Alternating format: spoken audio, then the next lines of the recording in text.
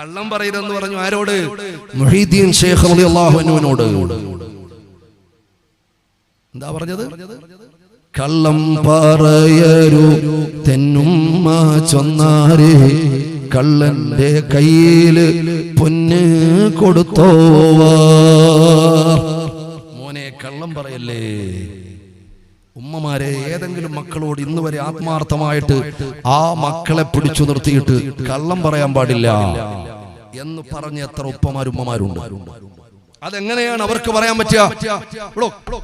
അവർക്ക് എങ്ങനെ പറയാൻ പറ്റുക? പുറത്തു നിന്ന് ഒരാൾ ഗേറ്റ് തുറന്ന് വീട്ടിന്റെ മുമ്പിലേക്ക് വരുന്ന സമയം സുബ്ഹാനല്ലാഹ് വാതിലിന് മുട്ടുന്നു, അല്ലെങ്കിൽ കോളിംഗ് ബെല്ലടിക്കുന്നു.